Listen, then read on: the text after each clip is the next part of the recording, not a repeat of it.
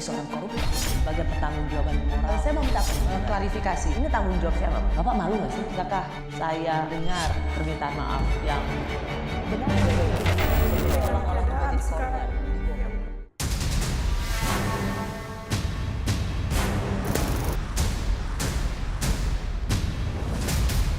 Saya marah.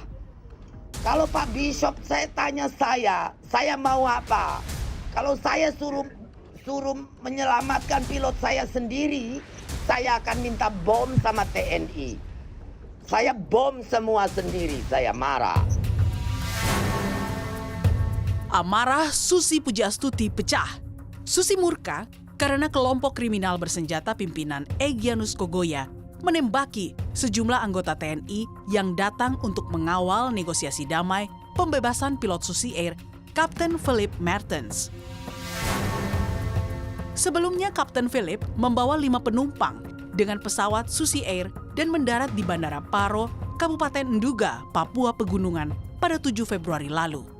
Namun naas, pesawat itu dibakar KKB sesaat setelah mendarat, sementara sang kapten dijadikan sandera.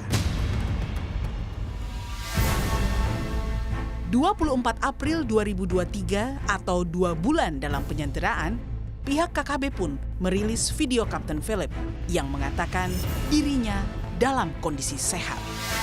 Bulan dari waktu Opian ditangkap saya di Paro, saya masih hidup, masih sehat.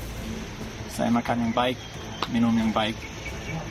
Saya tinggal bersama orang di sini, kita duduk bersama, jalan bersama, istirahat bersama. Tidak ada masalah dengan saya. Indonesia lepas bom di daerah sini, jadi tidak usah kalau lepas bom itu bahaya untuk saya dan orang di sini.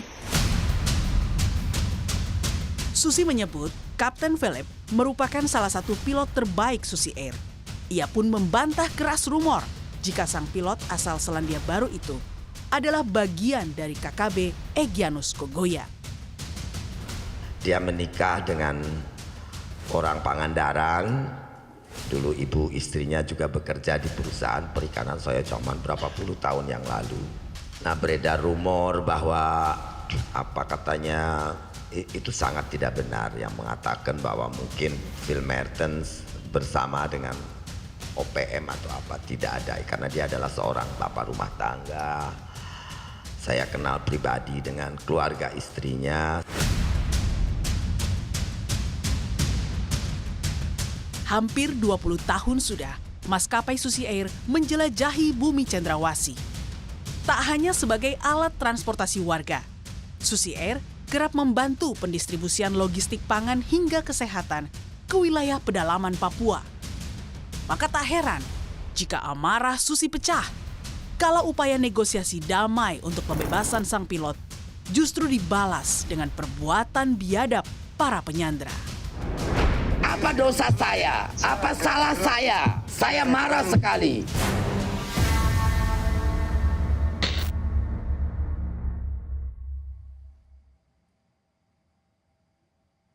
Saya sudah bersama pemilik maskapai Susi Air, Ibu Susi Pujiastuti. Ibu Susi, terima kasih langsung dari Pangandaran untuk program Rosi di Kompas TV. Thank you so much. I really appreciate it. You're welcome. Untuk Rosi, ya terbang terpaksa. Grundel-grundel juga, ini lagi enak-enak di rumah. Istirahat, kerjain kebun, apa. Rosi perlu. Oke, kita pergi. Sudah jalan. Thank you so much. Bu Susi, saya ingat waktu itu saya lagi ke Medan, hari pers 9 Februari. Dan kita berdua video call. Saya belum pernah melihat seorang Susi Pujiastuti begitu terpukul, sedih, menangis mendengar pilotnya disandera. Ya, kita terbang di Papua sudah hampir dari tahun 2006. 2005 mulai sedikit-sedikit. 2006 kita mulai betul-betul base Papua dengan 1 pesawat, 2 pesawat. Naik sampai akhirnya 22 pesawat di sana. Papua bukan tempat yang mudah. Selama berapa tahun, kita mulai 2006, 2012 kita punya kecelakaan dengan 2 fatalities. Pilot dan co-pilot kita, pesawat kita juga hancur di Sugapa. Kemudian tahun 2013 satu kecelakaan lagi, satu co-pilot kita. Jadi Papua tempat yang sangat spesial. Kalau indah sekali. Saya banyak bepergian di Indonesia, Papua adalah salah satu tempat yang membuat saya jatuh hati. Yang akhirnya saya berpikir Papua lah yang membutuhkan pesawat-pesawat kita lebih besar dibandingkan daerah-daerah lain. Dan ya saya sebelum tahun 2014 menjadi menteri hidup di Papua 6 bulan di Jawa, keliling ke Sumatera, ke Kalimantan. Tapi paling sering, paling lama di Papua. Jadi mendengar ketika pilot Susi Air dengan begitu banyak kedekatan dengan Papua, tapi disandera. Iya, saya lihat foto dibakar baru awalnya kita lihat pilot kita tidak kembali. Masih tidak terlalu, cuma kurios kenapa, wonder dia kemana. Dan kebetulan pilot-pilot kita biasanya kalau yang porter karena mereka ke remote area, mereka biasanya dibekali sat phone, lalu GPS, ada double GPS bukan hanya GPS pesawat saja. Kita berharap ya betul dia lari karena lihat jalan ke sungai kan. Tapi begitu muncul foto dari kita kan suruh satu pesawat lagi untuk melihat di daerah Paro, udah ada asap. Dan kemudian foto agak dekat, pesawat terbakar. Ya, it's like your loving one, your loved things is being ripped of you, being taken away from you. It's not easy. Terus dengar Phil itu sebelum berangkat ke Papua, dia ke rumah nganterin jenang dodol. Kalau keluarga istrinya itu kan deket rumahnya di Desa Purbahayu. Kurang lebih 10 kilo dari rumah. Dia antar sama anaknya dodol jenang Jawa, jenang ketan itu. Saya dengar dari istri Ibu Susi Suka, ya Phil itu salah satu pilot kesayangan. Sebelum dia tahun 2013 resign, saya pikir dia mau saya jadikan chief pilot atau apa. Dan dia kembali tahun 2020 karena COVID, dia berhenti dari airline di New Zealand, kembali untuk kerja bersama kita. Sebetulnya 2 minggu sebelum penculikan itu dia sudah mengajukan resignation untuk bekerja kembali di airline. Karena ya dia tahu bekerja di Papua itu resikonya banyak. Satu resiko terutama cuaca, resiko kecelakaan. Dan ya terakhir sering banyak penembakan pesawat. Tidak terpikir penculikan. Karena penculikan kan untuk kita baru dengar ya pertama kali ini gitu. Jadi ketika akhirnya kabar soal penculikan ini terjadi pada Susi Air. Ini mimpi buruk semacam malapetaka yang Ibu Susi nggak pernah pikirkan sebelumnya? It's a shock, it's surprise, kaget, dan cannot believe it. Dan slowly saya juga merasakan pain ya. Berpikir bahwa kita selama ini tuh ya bekerja kurang apa. Kita dulu bekerja banyakkan charter awal. Mulai tahun 2013 Merpati sudah tidak mulai beroperasi, kita dapat limpahan pekerjaan perintis. Kita mulai terbangin. Dan Paro itu salah satu rute perintis yang memang sudah dikontrak oleh pemerintah. Kita terbang ada satu rute 3 kali seminggu, 2 kali seminggu. Ya di lain itu kita juga sering sekali bantu, misalnya ada ibu-ibu hamil, sungsang, nggak punya uang, bisa nggak dievakuasi. Pilot lapor sama saya, ya evakuasi saja. Not just because someone has no money, then you don't want to take them. Take it. Tanpa In my cost. Ya. nggak perlu ada bayar Ya, apapun. ya. Jadi ini rasa kemanusiaan Ya. dari seorang Ya. Susi Pujastuti Ya, melalui Susi Air. Saya sebelum jadi menteri biasanya 6 bulan sekali saya bikin pengobatan massal, bawa obat-obatan dari Jakarta. Saya cuci koreng-korengan anak Papua. Bahkan saya bawa anak mamit sekolah di Jawa sampai SMP itu SMA selesai. Dia terus pulang ke Papua. Ya sudah terbiasa hidup dengan orang Papua. Lalu kenapa Bu Susi begitu marah? Kita mendengar percakapan telepon. Ya, Dari Rosie sedih is menjadi 3 marah. months, 3 bulan. 3 bulan waktu awal kejadian, saya telepon dengan WA dengan Pak Budi Karya, this is my colleague kan. Bagaimana ini Pak Budi? Terus keluar statement banyak di media yang katanya itu wilayah merah. Susi Air seharusnya tidak terbang ke sana. Nah, saya kan want to argue. No that's not true. Mau klarifikasi saya.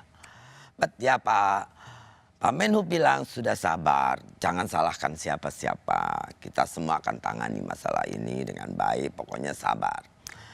Ya, saya suruh kerja apa saja, Rosie. You know it. Bisa. Suruh sabar. That's the thing saya. 3 bulan ini swallow kan saya.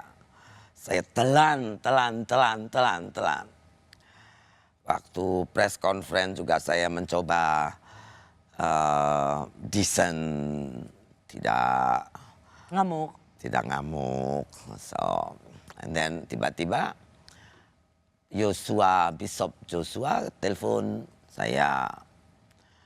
Tadinya saya tidak mau angkat, tapi dia WA, dia telepon. Saya tidak mau angkat lama-lama, ya mungkin saya bisa omong sama dia mau apa. Terus dia sampaikan omongan ini, kemudian katanya di podcast saya, Bu Susi sudah dengar, saya tidak pernah dengarkan podcast. Kata salah satu pengamat militer, katanya penculikan dan penyanderaan ini bukan tanggung jawab pemerintah dan TNI, mereka tidak usah taken care, itu harusnya tanggung jawab Susi Air. Itu mengganggu dan membuat Sedikit kepala saya panas, naik sampai ubun-ubun. Saya ya luapkan sama Pak Bishop segala apa, salah saya apa, kenapa dia seperti ini. Saya mendukung perjuangan setiap insan di dunia, termasuk orang Papua, untuk mendapatkan kesejahteraan. Ya tentu untuk kemerdekaan tidak mungkin, kita negara NKRI, Papua adalah bagian dari Indonesia. Tapi memperjuangkan kesejahteraan, pembangunan, kesetaraan, itu hak mereka. Dan saya mendukung itu dan saya ikut membantu itu sebisa saya. Kenapa kita operasi di sana paling banyak juga karena saya melihat Papua lebih membutuhkan. Bahwa ketimpangan masih kelihatan di Papua itu is clear. Tapi juga tidak mudah karena medan di Papua juga tidak mudah untuk membangun apapun di sana sulit. Pesawat kita tuh bukan cuma bawa beras, bawa orang, seng, semen, pipa, paralon, besi, kita bawa semua.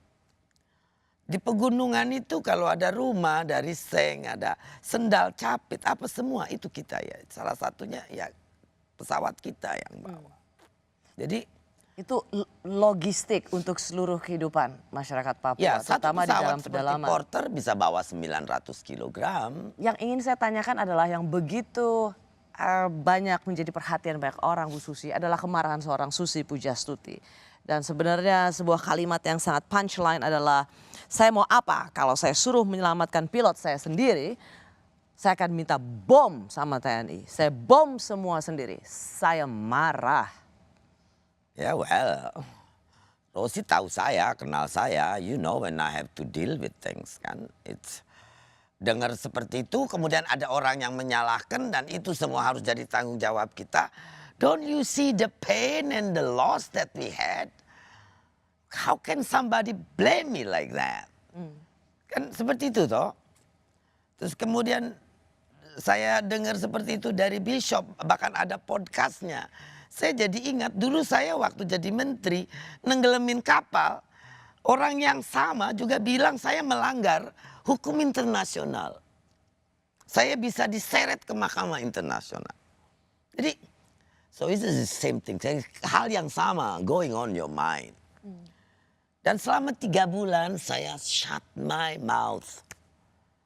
Saya tidak omong, tidak komentar, tidak apapun. Jadi kalau ada orang seperti itu, ya marah saya.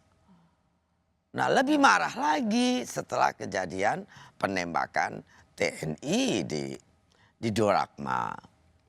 Karena saya juga berkomunikasi dengan Pak Danrem, dengan Danjen Kopassus, dengan Pak Pangdam, dengan Pak Kogabilan tentang rencana. Dan 2 hari sebelum penembakan TNI, mereka bikin video. Sembi Sambo itu kan bilang bahwa mereka ingin bernegosiasi. Ini jubirnya OPM ya? Ya, yang dibilangnya saya juga tidak tahu kebenarannya. Persoalannya kita dengan terfraksinya dan terisolasinya wilayah-wilayah Papua, you juga nggak bisa yakin siapa ini ikut mana kelompok apa. Kita tidak tahu. Tapi yang pasti dia bilang, karena juga ada pesan bahwa bisa mohon bantu ke Pak Mendagri untuk bantu Pemda setempat bisa membantu Polda dan lain-lain. Itu yang saya terima 2 hari sebelum kejadian penembakan TNI. Itu kan sudah hampir lebaran. Terus dengar markas TNI diserang. Ya saya ibu, punya anak, nenek, punya cucu Rosi. To know that somebody young man, anak bangsa ditembakin seperti itu. Mereka berbohong bilang mau negosiasi tapi ternyata tembakin. What? Ada yang telepon ya, bam, saya keluarkan semua. Itu adalah cara-cara yang paling Bu Susi merasa cara yang terkejam, bahwa mau negosiasi baik-baik 2 hari sebelumnya mengatakan itu, mengirimkan pesan itu, tapi kemudian menyerang. Itu hal yang paling tidak bisa diterima oleh Susi Pujastuti. Karena itu khianat namanya. How can you say you want to negotiate and then the next day you shooting? That's gila. Tidak bisa diterima. Dan itu pengkhianatan yang luar biasa. Kalau apapun, kalau kita sudah bilang we go nego, pada saat kita punya konflik, lalu 2 hari kemudian tidak ada angin, tidak ada hujan, ini on process, and then you shoot the people in the base. Saya pikir sudah tidak manusiawi, ya, saya bilang biadab. Nah, kenapa saya besoknya terima telepon Pak Pendeta ini? Karena saya dapat banyak videonya Pak Joshua menarasikan teleponnya dengan saya. Yang saya pikir sedikit agak lebay, agak bertele-tele. Was not exactly like that. But di beberapa hal mungkin saya lebih marah juga waktu itu. Karena untuk pertama kali saya bicara tentang penculikan ini secara open, Ya, secara terbuka. Sebelumnya Ibu Susi tidak pernah mengatakan soal penculikan ini terbuka. Saya tahu Ibu Susi menahan diri untuk tidak banyak bicara soal penculikan ini. Belajar selalu dengar dari Ibu Mega, kesabaran revolusioner. Yang mana kadang-kadang saya bilang sama Ibu Mega, mana bisa kesabaran revolusioner? Kesabaran dan revolusi, that's 2 different things. Saya selalu tidak setuju. Tapi toh itu Bu Susi sesuai lakukan. dengan arahan Pak Menhub, dengan arahan semua ini kita persoalannya pelik. Oke, saya diam. Ada batas kesabaran seorang Puji Susiastuti, dan kemarahan itu dia ekspresikan dalam hari-hari kemarin yang kita saksikan. apa yang membuat kemarahannya harus ia munculkan? Ya mereka juga, saya pernah ketemu dengan Daniel Kogoya dengan Pangdam Cendrawasih waktu itu Pak Zebua. Beliau orangnya baik. Kenapa Egyanus Kogoya menjadi orang biadab? Kasih bakar pesawat orang yang selama ini bawa makanan, bawa obat-obatan, bawa semua yang dibutuhkan dan membawa orang Papua kemana saja diperlukan. Apa dosa saya? Apa salah saya? Saya marah sekali. Setelah tahu mereka bunuh juga pasukan TNI yang juga tidak mau ngapa-ngapain. Pasukan TNI itu dipersiapkan untuk mengevakuasi kalau jadi diserahkan. Mereka anak-anak muda, bukan pasukan-pasukan tempur, tapi mereka ditembakin begitu saja ya. Ya saya marah, ikut marah. Anak istri yang ditembakin ini bagaimana? Terpikirkankah oleh Egyanus Kogoya dan kawan-kawan? Hah? Saya bersama pemilik maskapai Susi Air, Ibu Susi Pujastuti. Ibu Susi, Ibu kemudian seperti berhadap-hadapan dengan KKB, kelompok kekerasan bersenjata. Ibu kemudian dianggap sebagai bagian yang ikut berseteru, ikut bersama pemerintah Indonesia menghantam KKB. Sepadankah itu? Ya, kemarin saya dengar Sembi Sambo bicara saya ini adalah bagian dari kolonial, saya bagian dari penjajah karena saya adalah pemerintah, saya pernah jadi menteri kan, kemudian pilot saya juga karena security clearance-nya dapat tanda tangan dari TNI, dia juga dianggap bagian dari TNI. Sementara tempo hari di medsos diributkan dia bagian dari KKB. It's like apa ya? Terus kita nih mau apa? Mau diapain? Untuk saya Rosi, saya ini orang yang paling peduli dengan kemanusiaan. Kalau bisa janganlah ada darah tumpah untuk apapun. Selama kita bisa membangun bersama, ngapain seperti ini? Berapa korban dari pasukan kita, berapa korban dari orang-orang tidak berdosa. Dalam 2 tahun terakhir, pembakaran sekolah, pembakaran rumah sakit, pembakaran rumah-rumah, pembakaran orang menjadi hal biasa di Papua. Kenapa? Saya pikir sudah situasi ini tidak bisa dipertahankan seperti ini. Kenapa saya tanyakan ini Ibu Susi? Karena sebagai seorang pengusaha, biasanya pengusaha tuh cari aman. Ya udah cari aman dengan pemerintah, cari aman dengan kelompok berseberang pemerintah. Tapi sekarang Bu Susi tuh benar-benar ada di garda terdepan untuk mengatakan, hey saya marah pada kalian yang menculik pilot saya. Dan kemudian serangan bertubi-tubi pada Bu Susi yang mengatakan, oh bagian dari pemerintah Indonesia, penjajah dan lain sebagainya. Sebagai seorang pengusaha, penerbangan, perintis, sepadankah ini? Well, kalau kita namanya melihat sesuatu hal dari sisi the truth, the right things.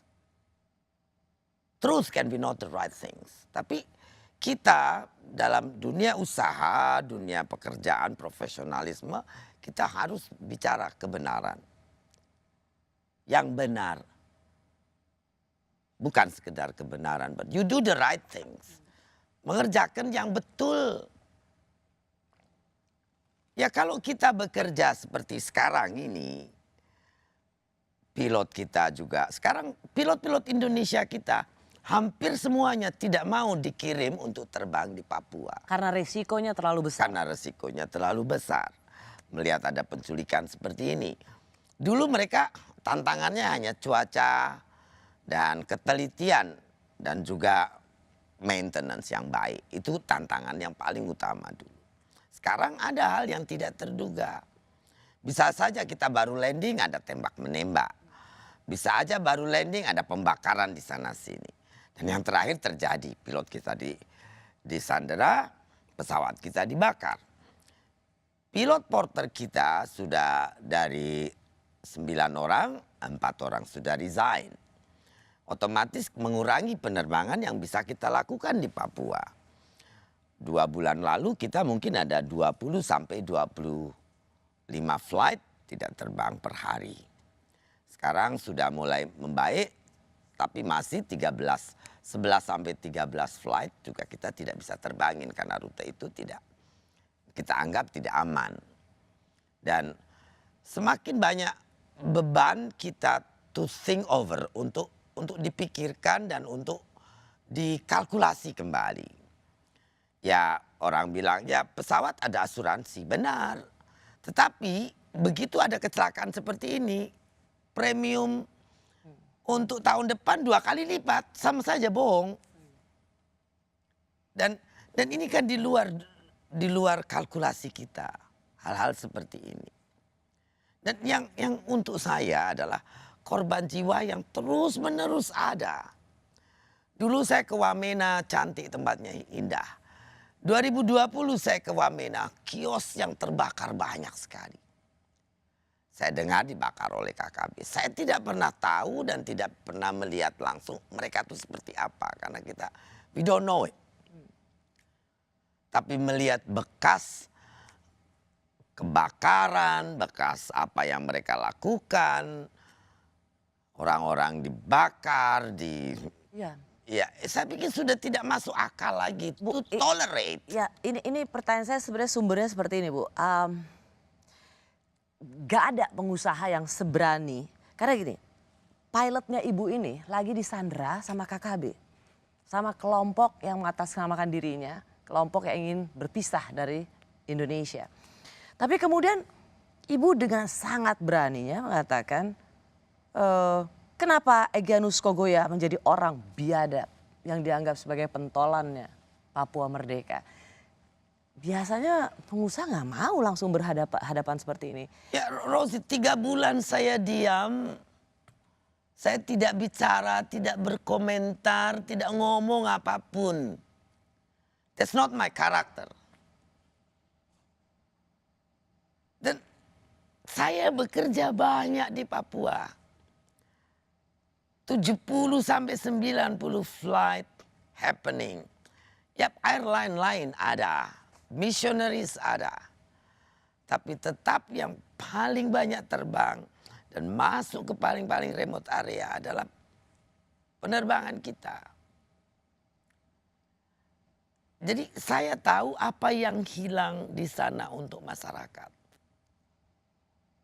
Kalau satu pesawat 900 kilo logistik, 15 sampai 30% itu adalah logistik, berarti sekian ton pangan tidak naik ke atas. Ya orang Papua dulu mungkin swasembada semuanya. Tapi civilization dan modernisasi telah merubah banyak gaya hidup mereka. Sehingga mereka ketergantungan dengan pangan. Penyakit juga yang dulu mereka tidak punya, sekarang punya di kampung-kampung kan. Karena orang dari kota. Nah kalau ini stop, bisa nggak orang membayangkan kehidupan di sana up there? So ibu betul-betul mengutuk apa yang dilakukan oleh. Lalu dia melarang penerbangan.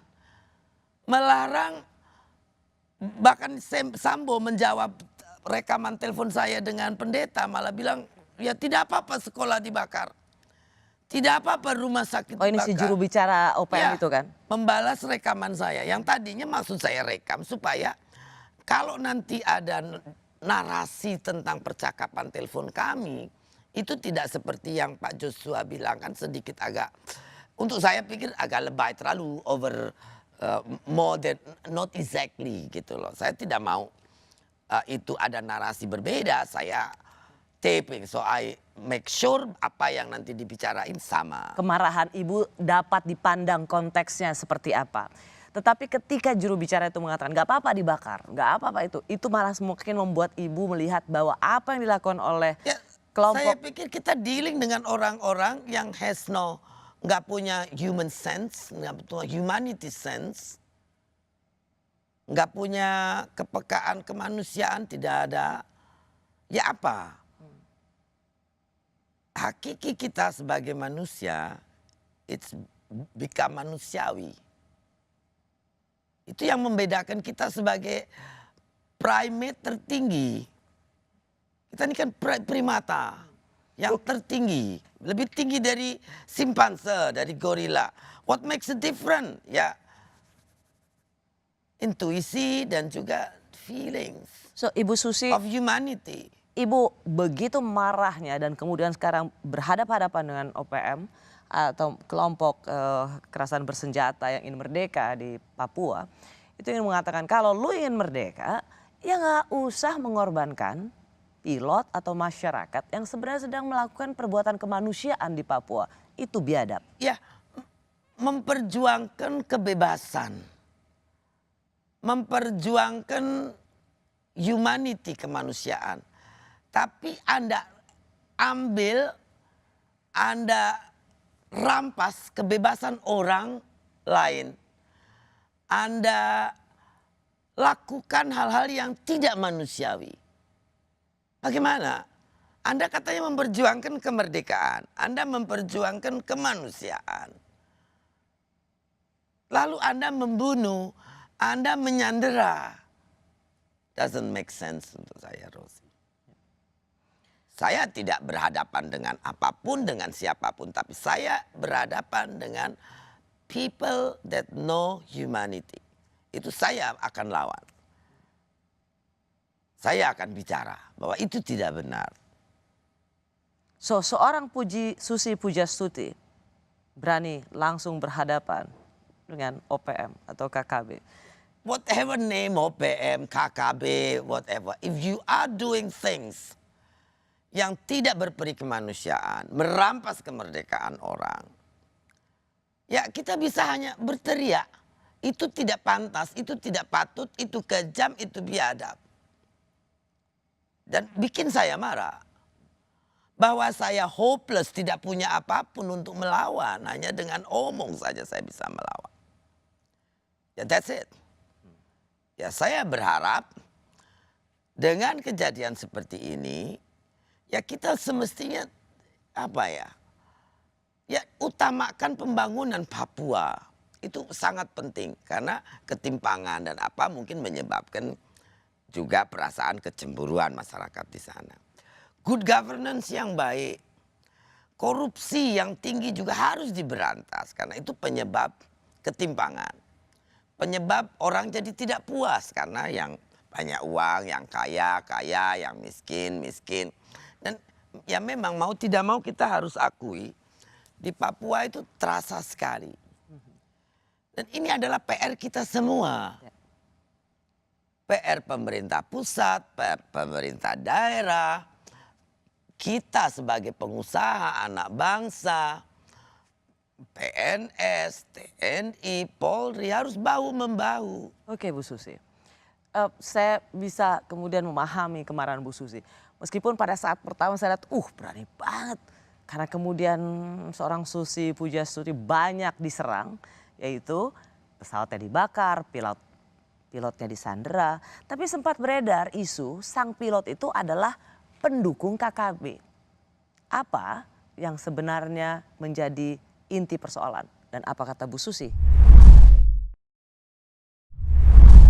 Bagaimana minta TNI ditarik sementara mereka dibantai?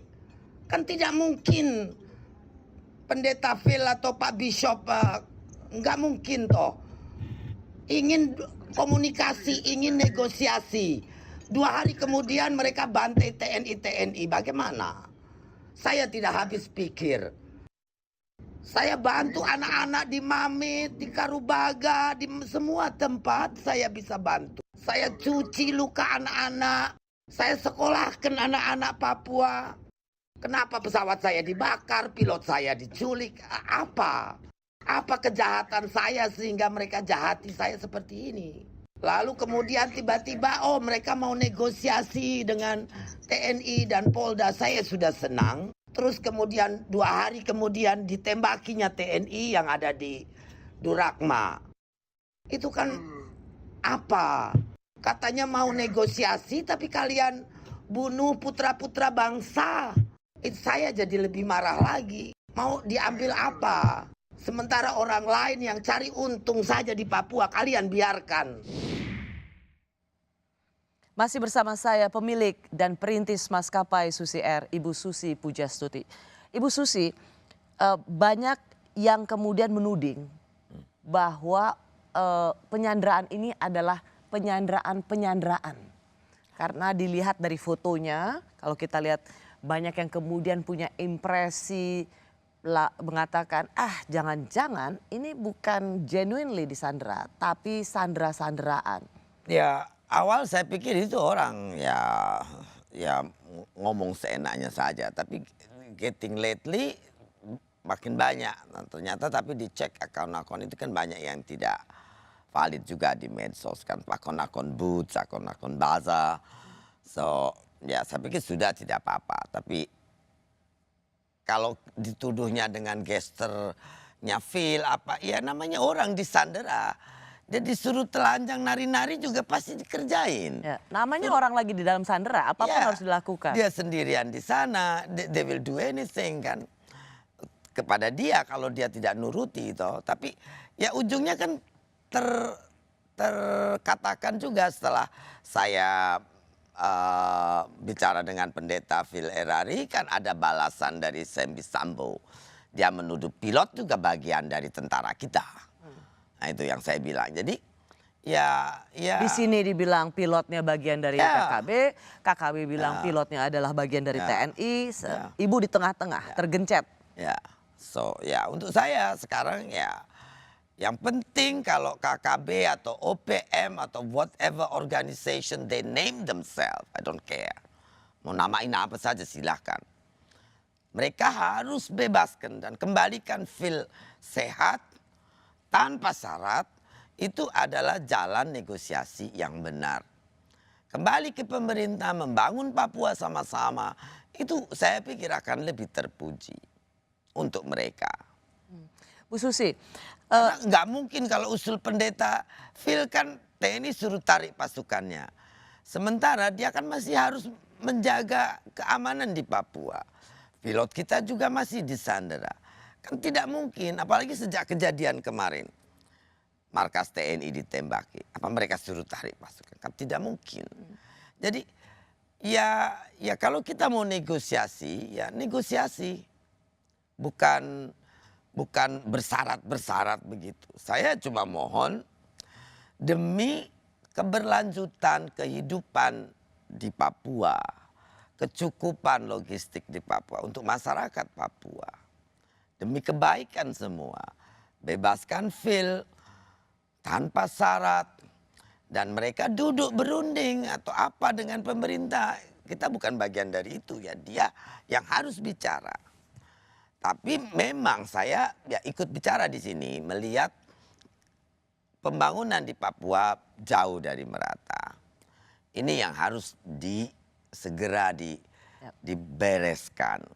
Korupsi yang sangat tinggi. Saya akan bicara lagi, korupsi ini juga sangat merusak tatanan kehidupan bangsa karena pembangunan jadi tidak jadi. Saya bisa dapat sense dari Bu Susi bahwa Bu Susi bisa merasakan kok kegelisahan, kecemasan, kesedihan kemarin masyarakat Papua. Tapi jangan nggak kayak gini caranya. Ya bukan. Ini dan dia malah menuduh. Saya pikir kemarin saya sudah sebetulnya sebelum kejadian telepon ini saya nonton BBC-nya Pak Wenda di BBC wawancara. Dia juga minta Phil dibebaskan. Out of yang lain saya tidak setuju bahwa selama ini di Papua banyak pembunuhan apa-apa. Saya pikir justru huru hara yang mereka bikin sendiri yang terjadi. Yang saya tahu tahun 2020 di Wamena kan ada kejadian pembakaran misalnya. Itu saya pikir ya kenapa Papua tuh begitu dekat dengan kekerasan di antara mereka ya. Kalau namanya perang suku itu biasa. Dengan panah, dengan apa. Saya sering lihat kita landing ada yang perang-perangan gitu ya. 1 or 2 killed, but it's between them. Itu tradisi atau apa ya, it's fine.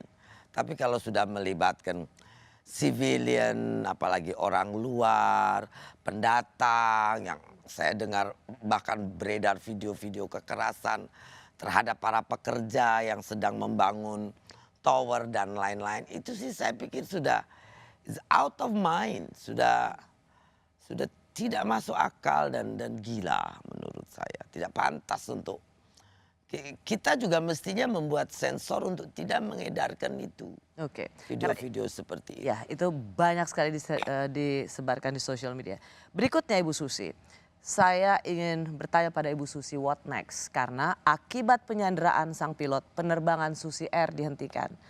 Lalu bagaimana nasib warga di pedalaman Papua? Mereka tidak dapat logistik, mereka tidak bisa dapat obat-obatan. Di mana tanggung jawab Susi Air? Tahun 2006 kita masuk Papua. Sekarang ini ya tidak bisa melayani lagi. Tentu banyak sebabnya, bukan cuma ya satu, armada berkurang dengan dibakarnya pesawat kita. Tahun lalu kita kehilangan satu, sekarang satu. Yang kedua juga confident di antara pilot-pilot kita tidak memungkinkan adanya penerbangan lagi di wilayah pegunungan. Dan ini akan sangat sulit. Jadi resignation juga akan tinggi bila penyelesaian Kapten Philip ini tidak bisa baik. Bersama saya pemilik maskapai Susi Air, Ibu Susi Pujastuti. Bu Susi, Ibu pada pertama kali konpres 1 Maret. Ya. Itu pertama kali Ibu bicara dan habis itu tidak bicara lagi sampai sekarang Ibu bicara bersama saya di Kompas TV. Sekali lagi terima kasih. Ibu mengatakan bahwa sorry sudah tidak bisa lagi ada penerbangan ke Papua. Padahal penerbangan perintis ke Papua itu isinya logistik, bahan pokok, pengobatan. Ibu, kalau itu dihentikan, Ibu nggak kasihan sama masyarakat Papua? It's still my pain, sakit sebetulnya. Tapi kita juga kehilangan kemampuan kan, Rosie. Jadi kalaupun sekarang saya mau terbang, kita tidak punya pilot. 50% pilot kita sudah resign, yang di Porter. Yang di Caravan juga sama. Pilot-pilot Indonesia tadi saya sudah bilang, mereka tidak mau diminta untuk terbang jadi co-pilot di Papua, tidak bisa. Untuk mendidik pilot Porter kita perlu 6 bulan sampai 1 tahun. Kalau ada trainernya, ada instrukturnya. Belum lagi rute training, rute-rute kan setiap tempat berbeda, wind curve-nya berbeda. Papua penerbangan itu sangat kompleks, terutama wilayah pergunungan. Jadi kalau Ibu bilang maaf masyarakat Papua, maaf rakyat Papua, kami Susi Air belum bisa terbang lagi ke sana, itu bukan karena seorang Susi Pujastuti tidak bertanggung jawab pada masyarakat Papua. Ya, Kasihan mereka ya Bu, mereka ya saya ingin bertanggung jawab, but we don't have capacity. Kita tidak bisa saya memberikan confidence kepada pilot-pilot kembali untuk terbang. Dan yang saya pikirkan juga ya kadang-kadang tidak bisa tidur selain memikirkan field di sana bagaimana, cuaca di sana juga sangat dingin. Kalau kita orang Jakarta pakai AC paling 17-18. Di Paro atas sana daerah pegunungan sekitar Paro, Durakma itu kalau malam bisa menggigit sampai 5 derajat, 6 derajat. Can be icing juga kan. Jadi ya terpikirkan kalau mereka makanan tidak cukup, apa tidak ya banyak di kepala. Makanya ya kalau berpikir lagi betapa kehilangan armada, sekarang Porter tidak diproduksi lagi oleh pabriknya. saya ingin memperlihatkan foto Ibu Susi bagaimana Ibu sebenarnya dekat sekali dengan Papua, mengobati anak-anak Papua. Tidakkah memori ini bisa? It's a painful, Rosie, but that's why I'm so angry, so marah. I mean, look at that. I love to do that. Tidakkah ini kecintaan seorang Susi Pujastuti pada Papua? Yeah, true. I love to do it. And now it's getting difficult. Ya marah, kecewa, sakit hati, segala macam. So angry. Makanya kalau saya kemarin ngomong seperti itu ya di telepon ya, because marah. Emak-emak kalau udah marah ya say anything ya.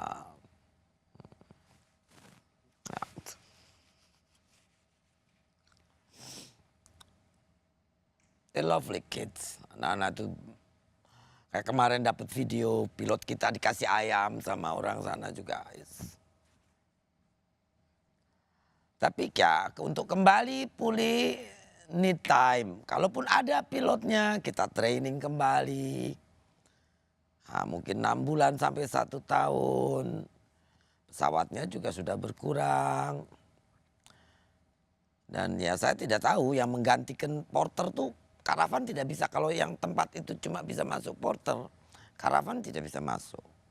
Hanya helikopter. Helikopter untuk durasi dari Timika sampai sejauh itu tidak bisa juga. Jadi tetap harus ada porter yang membawa suplai minyak supaya bisa pulang helinya. Saya pikir sangat tidak baik untuk masyarakat di pegunungan saat ini. Bu, Kami juga tidak baik, mereka juga tidak baik. Jadi apa yang diuntungkan, yang dicari itu dari perjuangan ini apa? Kekerasan, death of people yang innocent, not enough food, hunger, apa yang dicari? It's so bad. saya bisa sangat merasakan sesungguhnya kecintaan seorang Susi Pujastuti Kalau pada kita tidak Papua pernah itu tahu. besar sekali. Dan patah hati sebenarnya harus mengatakan sorry masyarakat Papua, kami tidak bisa lagi beroperasi ke Papua. Gitu. Itu sebuah cerita yang sangat menyedihkan dan mematahkan hati. Tapi kemudian itu berubah jadi kemarahan. Saya melihat seorang Susi Pujastuti kembali dengan mengatakan, oh kalau saya ditanya apa yang harus saya lakukan, saya bom sendiri. Ya karena persoalan ini semakin lama semakin mengorbankan banyak orang, Rosi. Kita tidak tahu orang di atas sana berapa banyak. Pedagang, kemarin saya dengar ada ibu-ibu masak tidak ada makanan lagi, bahan makanan. Padahal dia suka kasih-kasih sama anak-anak. Karena pesawat tidak datang. Kemarin sudah ada video-video yang menunggu kedatangan pesawat. Ya karena that's the only way. Tidak ada jalan. Kalau jalan pun mungkin berhari-hari. So apa yang Bu bisa katakan pada masyarakat Papua? Ya saya bersedih, saya meminta maaf bahwa ketidakmampuan kita untuk kembali terbang seperti biasa, memenuhi kebutuhan masyarakat. Yang kedua ya saya ingin masyarakat Papua juga ujungnya harus mengerti dan sadar bahwa memperjuangkan hak, memperjuangkan keinginan-keinginan dan cita-cita mereka dengan kekerasan, dengan penyanderaan itu bukan jalan yang terbaik dan mestinya masyarakat Papua tidak mendukung itu. Tidak boleh mendukung itu. Dengarkan sekolah dibakar tidak apa-apa, nanti bangun lagi. Saya pikir statement itu dari seorang jubir organisasi yang memperjuangkan kesetaraan, kemerdekaan itu tidak masuk akal saya. Saya pun males nanggepinnya gitu. Tanggepin apa, komentar ibu tentang apa.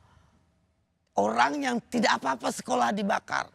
Tidak ada apa-apa masjid dibakar, gereja dibakar, apa saja dibakar tidak apa-apa. Itu yang Bu Susi bilang biadab. Then what? Apa saja kau bakar, tidak apa-apa. Nanti bangun lagi.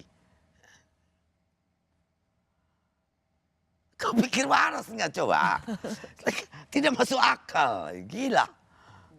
Saya pikir dulu saya dibilang orang gila, banyak yang lebih gila. Ini gilanya beda Bu Susi. So terakhir Bu Susi, Saya benar-benar begitu mendengar percakapan telepon bahwa kalau saya ditanya apa yang saya akan lakukan, saya akan bom sendiri. Emak-emak lain juga akan berbuat yang sama. 3 bulan lo disuruh diplester nih mulut. Karena situasi dan kondisi.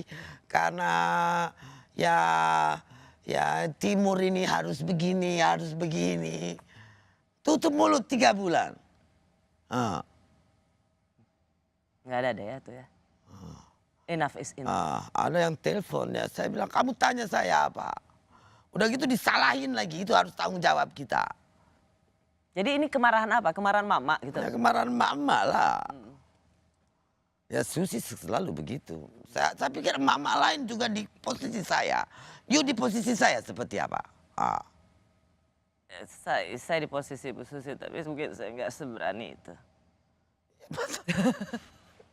Apalagi dengan tongkatnya. Iya. Kalau tongkat ini bisa meledak, saya ledakin itu. Bu Susi, thank you so much. Welcome. Really appreciate it. Selamat terbang kembali ke Pangandaran. Ya, I'll see you besok soon in pagi Pangandaran. Terima kasih secara khusus datang dari Pangandaran, Jakarta dan kembali ke Jakarta. Saya terus Ibu Susi and love you. Love you too. And hopefully I have all my strength. Terima kasih sudah menyaksikan Rosi. Saya Rosiana Silalahi. Tetaplah di Kompas TV, independen, terpercaya.